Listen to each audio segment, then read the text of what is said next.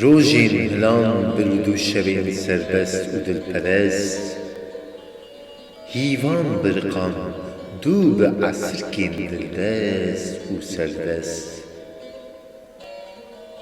Destî bi deştê dema geriyan bi hîstên girest, te xeyalan dim bi rojên xweşe dil mabest.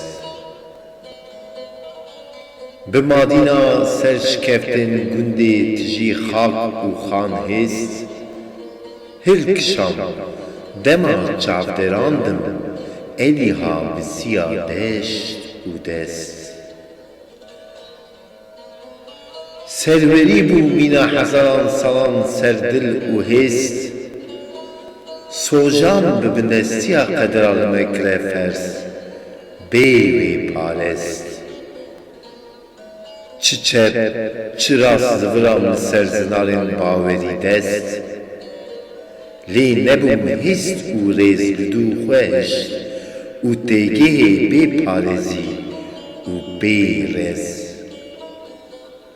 Nêzan dûr silavan ber çavên axa bin dest, kes nebû bibîze qêrînên perwerî daran best.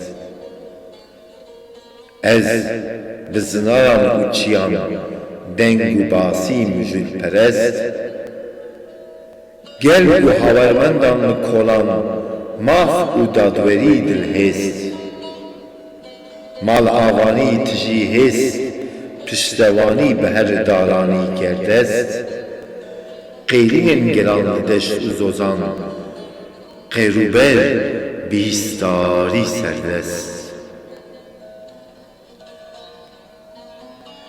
Hejiyan şikeftên siya dîrokê bi sojan deng hilgêr bê xwest, pê û dest û dil cirif hejan, nêrîn ber çav mêze, hîva li esîman girt te hêst. Naxwazim bibim de ji bîrê, hele axê dilê pê bê bir bimînim û bê hêst, ne jî bê dîroka kurde bihêst, navber û kêleha însanîzm perest. Dilê bi gelê, behnê bi biharê û evîna sore keskê her domînim, li xaka li jor bana axa sor hêst.